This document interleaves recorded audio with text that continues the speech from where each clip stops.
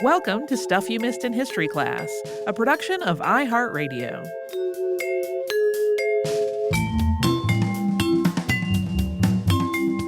Hello and welcome to the podcast. I'm Tracy V. Wilson. And I'm Holly Fry.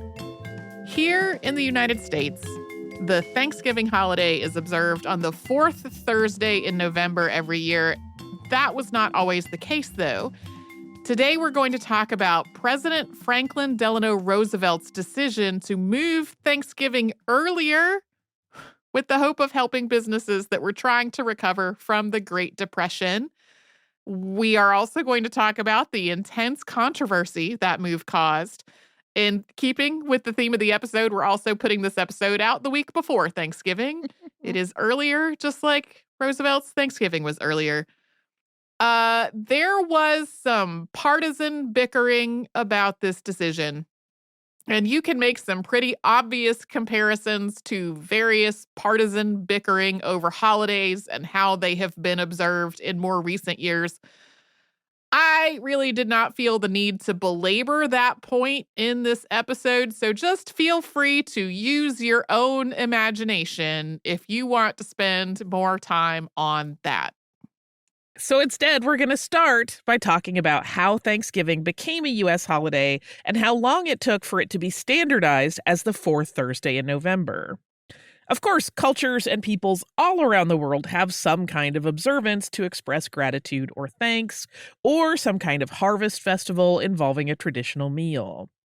American Thanksgiving, with the traditional menu of foods like turkey and stuffing and cranberry sauce and sweet potatoes or yams, it has elements of both of those things. There are a few countries besides the U.S. that observe a similar Thanksgiving holiday, including Canada. And there are also some countries that have an official Thanksgiving holiday that is not as focused on this kind of traditional meal, including Liberia.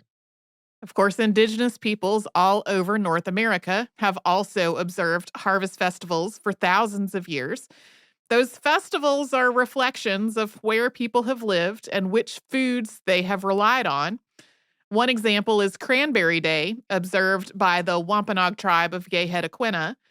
Today, Cranberry Day takes place on the second Tuesday of October, but historically, this could take place over the course of several days, maybe even a week, as people came together for the cranberry harvest.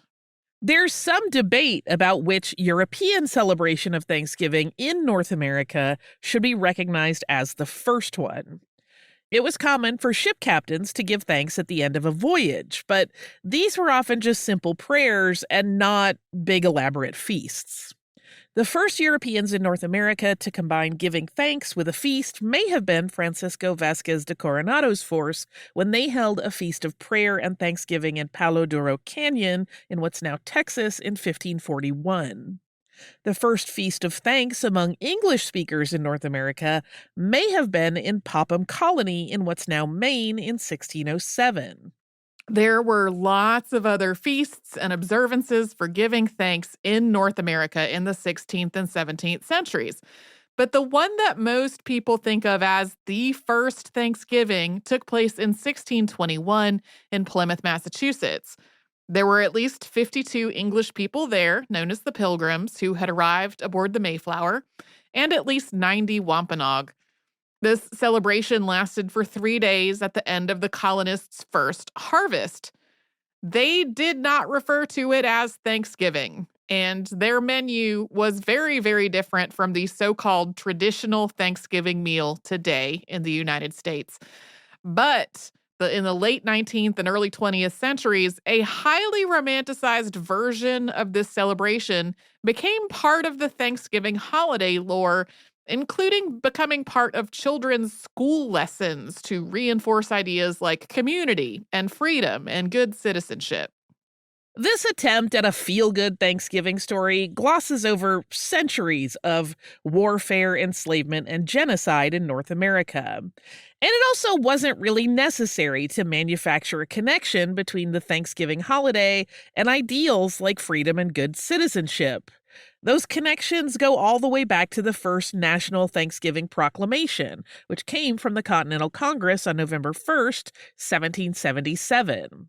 It began, quote, "Forasmuch as it is the indispensable duty of all men to adore the superintending providence of Almighty God, to acknowledge with gratitude their obligation to Him for benefits received, and to implore such farther blessings as they stand in need of.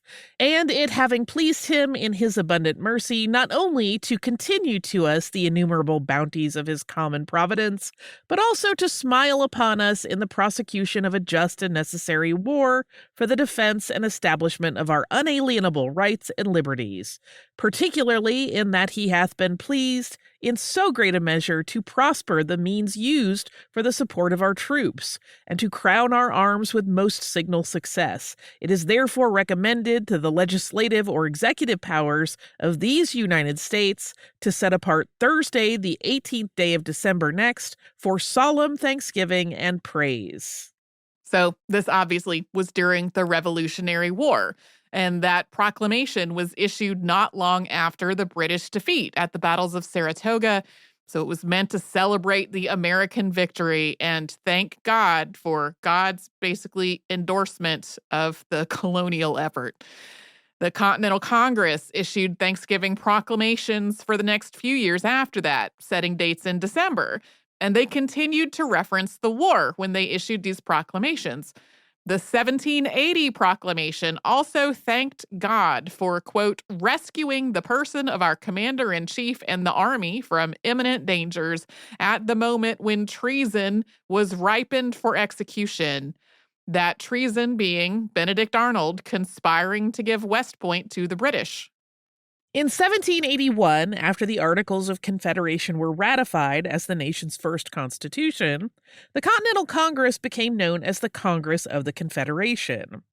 On October 26th, just a few days after the British were defeated at the Battle of Yorktown, the Congress of the Confederation proclaimed December 13th as a day of thanksgiving and prayer. In 1782, this National Day of Thanksgiving was observed on November 28th. In 1783, it was the second Thursday in December. And in 1784, it was Tuesday, October 19th. That year's proclamation acknowledged the signing of the Treaty of Paris, which had formally ended the Revolutionary War the year before, and the exchange of ratified versions of the treaty that had taken place in France on May 12th, 1784. With the Revolutionary War over and the peace treaty signed and ratified, there were no national Thanksgiving proclamations between 1785 and 1788. But by 1789, the federal government had found a new reason to be thankful.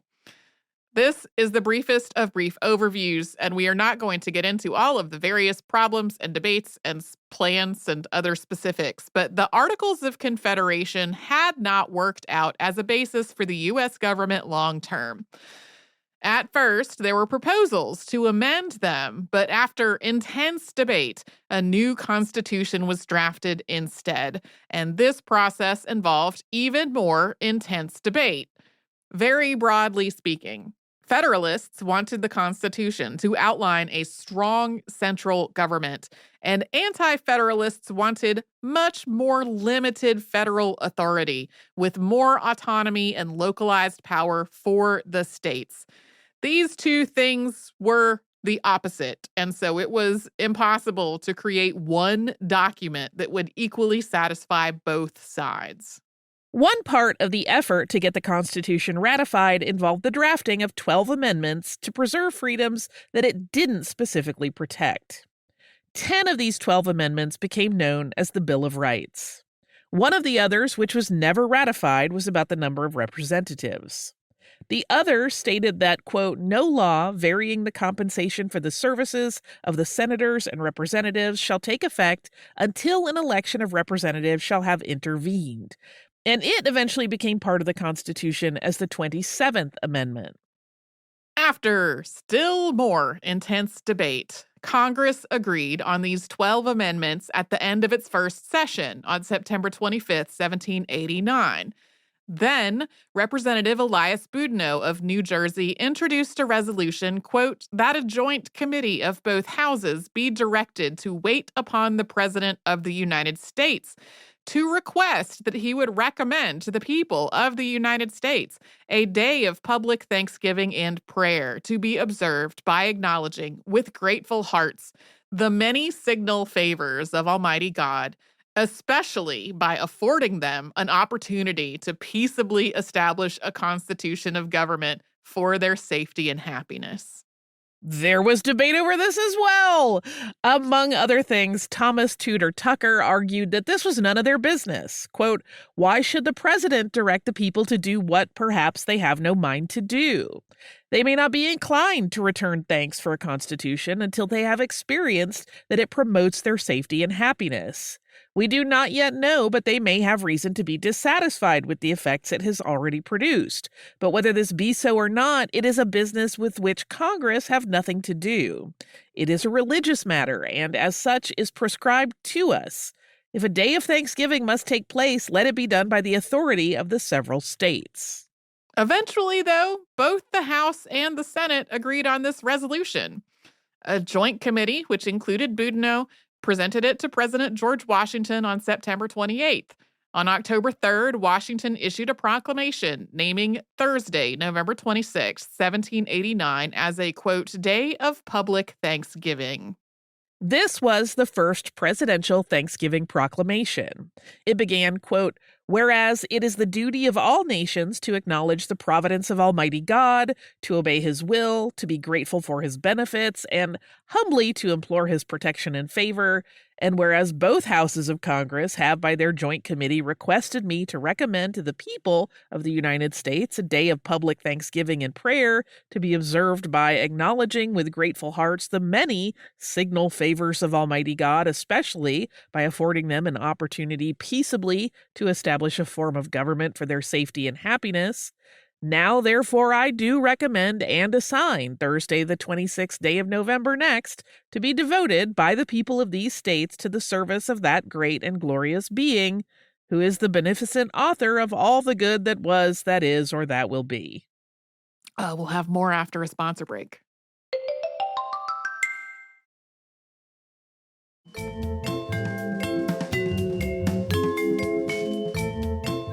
After issuing his Thanksgiving proclamation in 1789, President George Washington included it in a circular to the governors of the states, along with a message, quote, I do myself the honor to enclose to your excellency a proclamation for a general thanksgiving, which I must request the favor of you to have published and made known in your state in the way and manner most agreeable to yourself. While Thomas Tudor Tucker had expressed concerns that the president might be directing people to do something they were not inclined to do, generally the whole idea of a national day of Thanksgiving was pretty well received. In addition to giving thanks, churches and charities used it as an opportunity to collect money and goods for the needy. But Thanksgiving didn't become an annual holiday nationally for quite a while. Washington's next Thanksgiving proclamation wasn't until 1795, after the Whiskey Rebellion. We have an episode on the Whiskey Rebellion from back in 2015. In this proclamation, Washington described the United States as having enjoyed a great deal of internal tranquility. Quote, the recent confirmation of that tranquility by the suppression of an insurrection which so wantonly threatened it. Yeah, it really comes across as we know how life is here is so tranquil because this rebellion was an outlier that we have now suppressed. Later Thanksgiving proclamations continued to be connected to some kind of war or other unrest. John Adams issued similar proclamations, although they were for days of fasting and humiliation rather than Thanksgiving. Those were to take place on May 29th, 1798 and April 25th, 1799. That was during the French Revolutionary Wars. The United States remained neutral during most of these wars, but also saw them as a serious threat. In these proclamations, Adams described the United States as being placed in a, quote, hazardous and afflictive situation by the unfriendly disposition, conduct, and demands of a foreign power, and, quote, held in jeopardy by the hostile designs and insidious acts of a foreign nation. During the War of 1812, Congress submitted a joint resolution to President James Madison to request a day of Thanksgiving. He made his proclamation in November of 1814, with Thanksgiving to occur the following January 12th. After the war ended, he proclaimed March 4th, 1815, as a day, quote, which the people of every religious denomination may in their solemn assembles unite their hearts and their voices in a free will offering to their heavenly benefactor of their homage of thanksgiving and of their songs of praise. Generally, these proclamations all referenced some kind of God or supreme being, although without naming a specific religion or denomination. There was kind of a general assumption that everyone had a religion and everyone believed in God, and that having the nation give thanks to that God was an okay thing to do. But that connection to religion and the holiday's Puritan roots were enough to lead Thomas Jefferson not to issue any Thanksgiving proclamations when he was president. That was in between John Adams and James Madison. He had declared a day of Thanksgiving while serving as the governor of Virginia, though. During and after all this, various states had their own Thanksgiving holidays and observances. One person who advocated for Thanksgiving to become an annual federal holiday was Sarah Josepha Hale. Our episode on her ran as a classic on November 18th, 2023, and talks more about that. Hale started advocating for a national holiday to be held on the last Thursday in November in 1837. She saw this as something that might hold the nation together as states became increasingly divided over the issue of slavery.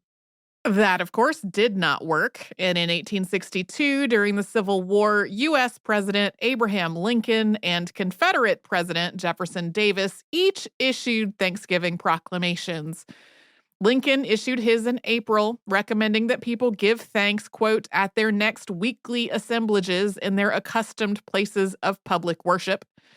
Davis issued his after the Confederate Army won the Second Battle of Bull Run, also called the Battle of Second Manassas, on September 4th, with the observance of that day of Thanksgiving on September 18th. Lincoln made two Thanksgiving proclamations in 1863, one on July 15th, setting the day as August 6th, and the other on October 3rd, the anniversary of George Washington's first Thanksgiving proclamation, setting the date as the last Thursday in November. He designated Thanksgiving as the last Thursday in November in 1864 as well.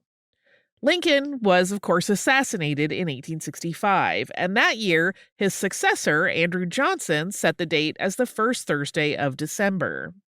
For the next few years after that, Thanksgiving took place on the last Thursday in November, although in 1869, President Ulysses S. Grant set the date as November 18th, which was the third Thursday. So at this point, there was only a national day of Thanksgiving if the president issued a proclamation about it, and that happened on whatever day the president chose. It wasn't something that was covered under any federal law. That changed when Grant signed the nation's first law regarding federal holidays in 1870. This law applied to Washington, D.C. and to federal workers, but it was written to align with what was already in place in a lot of the states. This law designated New Year's Day, Christmas Day, and Independence Day as holidays, along with, quote, any day appointed or recommended by the President of the United States as a day of public fasting or Thanksgiving. So, Thanksgiving became a federal holiday, but the exact day that Thanksgiving would be on was still up to the president. Pretty soon, though, the last Thursday in November became the traditional day. After the end of World War I, there was some back and forth about whether Armistice Day, observed on November 11th, should be combined with Thanksgiving.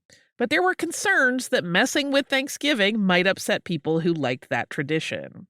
Today, in the U.S., November 11th is, of course, Veterans Day. Those concerns turned out to be well-founded, which finally brings us to Franklin Delano Roosevelt and his decision to move the date of Thanksgiving in 1939. The Great Depression had started 10 years earlier. This massive economic downturn affected people around the world, but its effects varied from place to place depending on each nation's economy. In general, though, industrialized nations saw huge declines in industrial production and correspondingly huge increases in unemployment. Herbert Hoover was the U.S. president when the Great Depression started, and in a lot of ways, he became the scapegoat for it. The president just does not have sole control over the economy.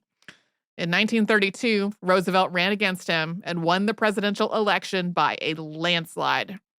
Roosevelt's first Thanksgiving in office was in 1933. And that year, the last Thursday in November was November 30th, which was also the last day of November. At the time, there was more of a taboo around the idea of starting Christmas retail before Thanksgiving was over than there is today. Today, a lot of people complain about it, but a lot of businesses also do it. So some people were worried that this later than usual Thanksgiving would also mean a later than usual start to Christmas shopping, and that this would hurt businesses that were already struggling. But not everyone agreed. People sent Roosevelt letters for and against the idea of observing Thanksgiving earlier for the sake of businesses.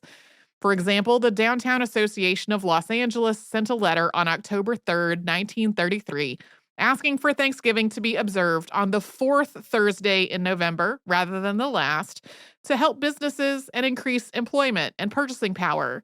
But clothing manufacturer Richmond Brothers sent a telegram on October 13th that argued the opposite, saying that moving Thanksgiving would, quote, shorten the season and curtain the fall business of clothes and all seasonable goods for the benefit of novelty and small gift items. Roosevelt ultimately decided that trying to move the date of Thanksgiving away from the last Thursday in November would probably cause confusion, so he didn't do it. But then in 1939, Thanksgiving again fell on the last Thursday in November, November 30th, and FDR was still in office. This time, he made the opposite decision to what he had done in 1933.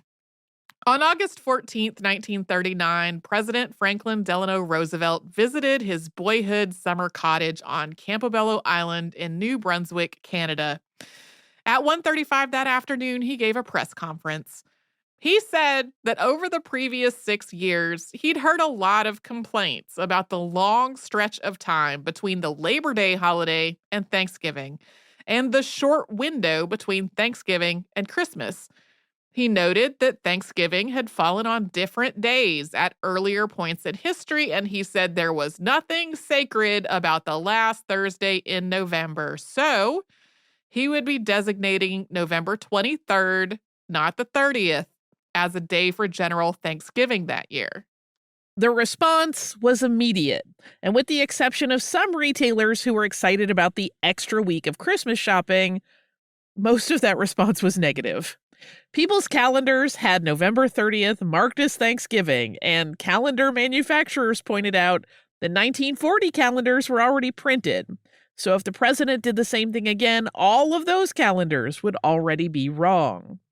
A lot of big football games were scheduled for Thanksgiving Day or the Saturday after Thanksgiving, and now all of those games were on the wrong day. One exception was the big game between the University of California and Stanford, which was supposed to be November 25th, the Saturday before Thanksgiving.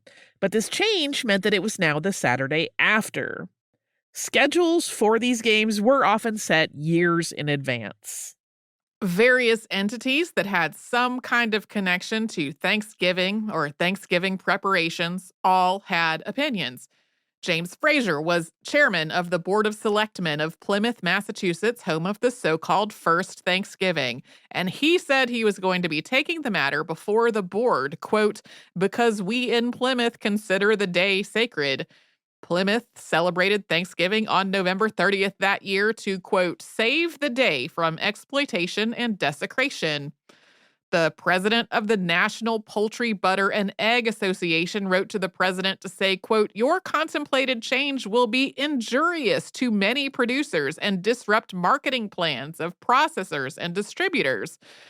The former president of the Rhode Island Turkey Growers Association said the date change, quote, might throw Thanksgiving into warm weather and adversely affect the final fattening and preparation of birds for market. Other turkey producers disagreed with this, though, saying that their fattening process started in September, so since they knew about the change in August, it would be a non-issue. Thousands of people wrote to the president, and some of their letters really demonstrate that wild political comparisons are really not a new phenomenon. Robert Benson and Clarabelle Voigt of Groton, South Dakota, wrote on letterhead from an insurance and real estate company and described themselves as, quote, representatives of the Northwest. In their August 17th letter to the president, they said in part, quote, this country is not entirely money-minded. We need a certain amount of idealism and sentiment to keep up the morale of our people. And you would even take that from us. After all, we want to make this country better for our posterity, and you must remember we are not running a Russia or a communistic government. Between your ideas of running for a third term and your changing dates of century-old holidays, we believe you have practically lost your popularity and the goodwill of the people of the Northwest.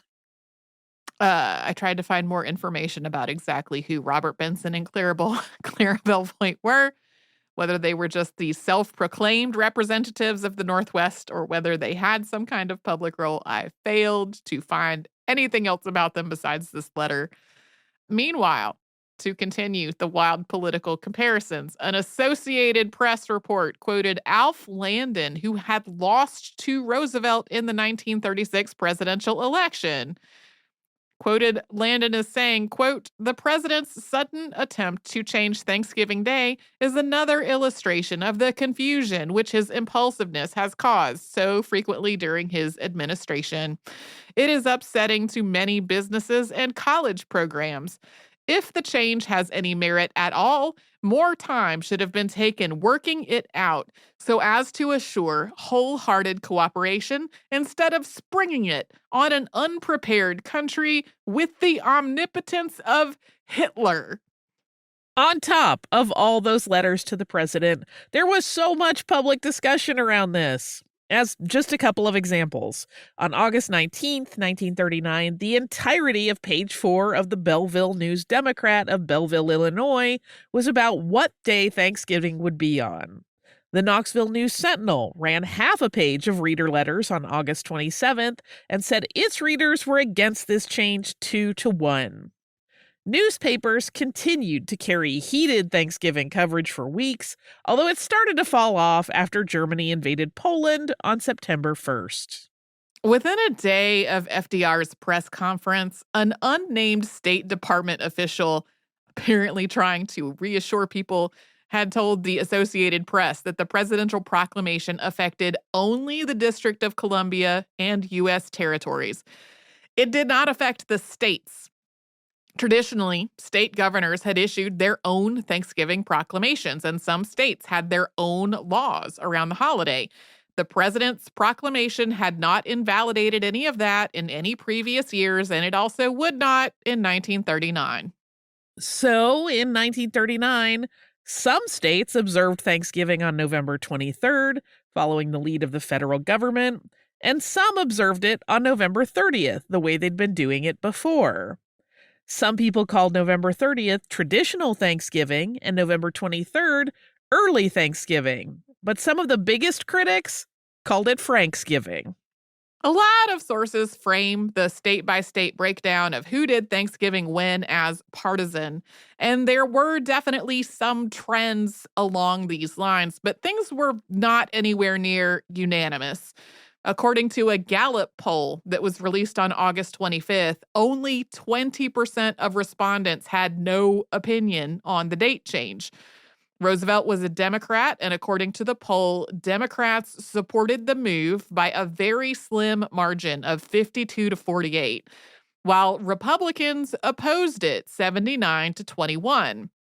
When it came to which day governors announced for their own state's observations, things also did not fall strictly along party lines.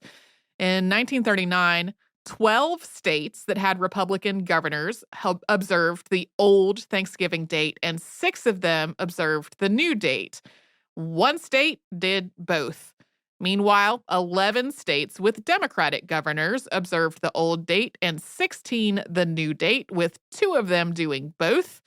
The 3 states that decided to have 2 Thanksgivings were Colorado, Mississippi, and Texas. I can get behind the 2 Thanksgiving plan.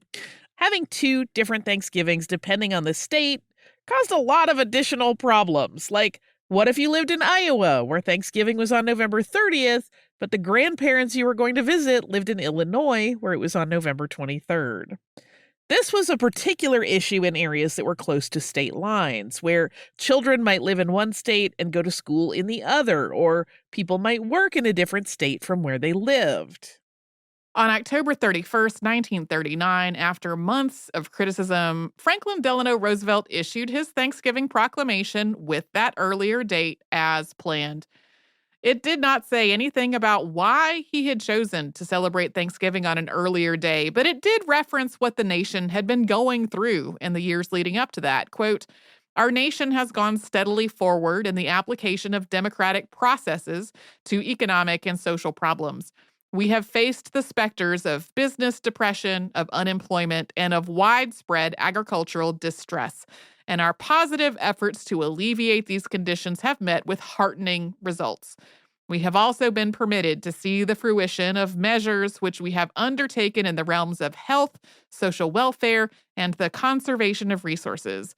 As a nation, we are deeply grateful that in a world of turmoil, we are at peace with all countries, and we especially rejoice in the strengthened bonds of our friendship with the other peoples of the Western Hemisphere." In 1940, Roosevelt again proclaimed an earlier date for Thanksgiving, this time November 21st. That year, 32 states observed Thanksgiving on the 21st, while 16 observed it on the 28th. A Warner Brothers Merry Melodies cartoon came out that year that showed a calendar with Thanksgiving marked as November 21st for Democrats and November 28th for Republicans. In 1941, Roosevelt once again set Thanksgiving as the 3rd Thursday in November.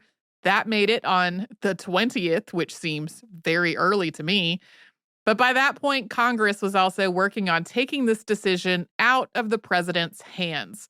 After some debate, on October 6, 1941, the House passed a joint resolution which read, quote, "Resolved by the Senate and House of Representatives of the United States of America in Congress assembled, that the last Thursday in November in each year after the year 1941 be known as Thanksgiving Day, and is hereby made a legal public holiday to all intents and purposes, and in the same manner as the 1st day of January, the 22nd day of February, the 30th day of May, the 4th day of July, the 1st Monday of September, the 11th day of November, and Christmas Day are now made by law public holidays."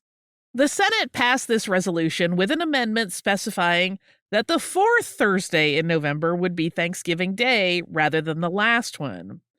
Roosevelt signed this into law on December 26, 1941. By that point, it didn't look like the earlier Thanksgiving celebration had really done much to spur retail sales.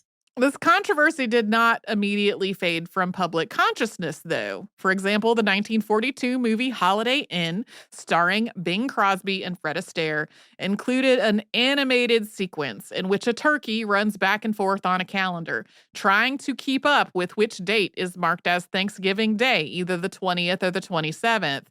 The turkey finally gives up. Holiday Inn is also the movie that premiered the Irving Berlin song White Christmas. Roosevelt's 1942 Thanksgiving proclamation referenced the newly passed federal law. It started, quote, "It is a good thing to give thanks unto the Lord," and included the entirety of the 23rd Psalm, and it ended, quote, "Now, therefore, I, Franklin D. Roosevelt, President of the United States of America, do hereby invite the attention of the people to the joint resolution of Congress approved December 26, 1941, which designates the 4th Thursday in November of each year as Thanksgiving Day. And I request that both Thanksgiving Day November 26, 1942, and New Year's Day, January 1st, 1943, be observed in prayer, publicly and privately. This new federal law still did not resolve all the conflicts about when to have Thanksgiving, though, especially in years when there were 5 Thursdays in November rather than 4.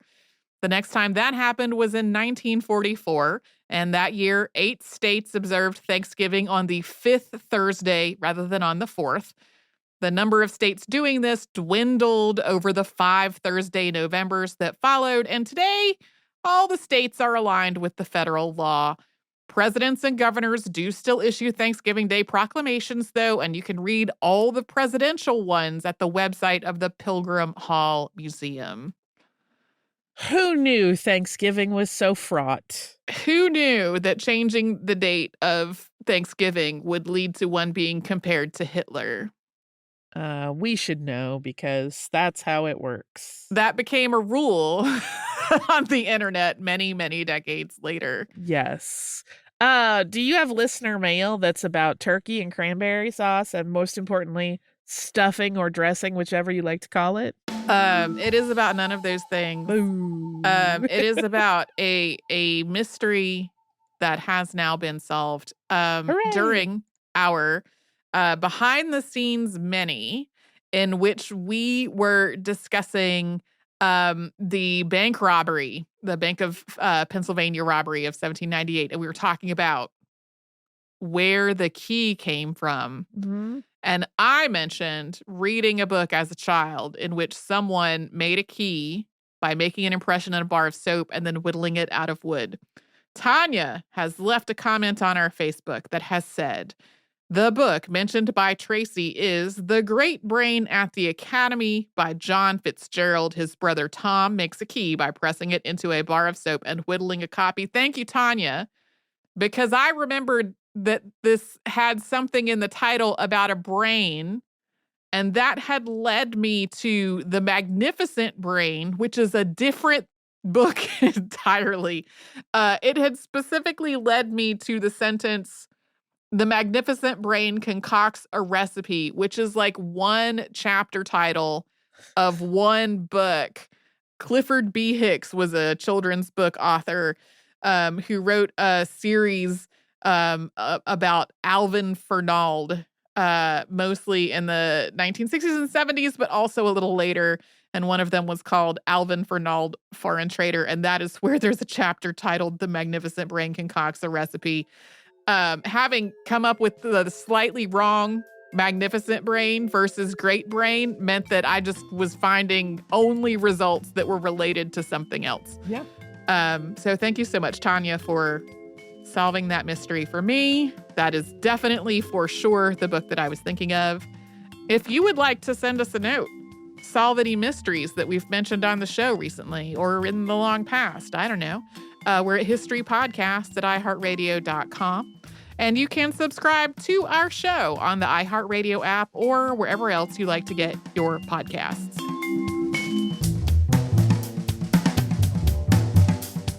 Stuff You Missed in History Class is a production of iHeartRadio. For more podcasts from iHeartRadio, visit the iHeartRadio app, Apple Podcasts, or wherever you listen to your favorite shows.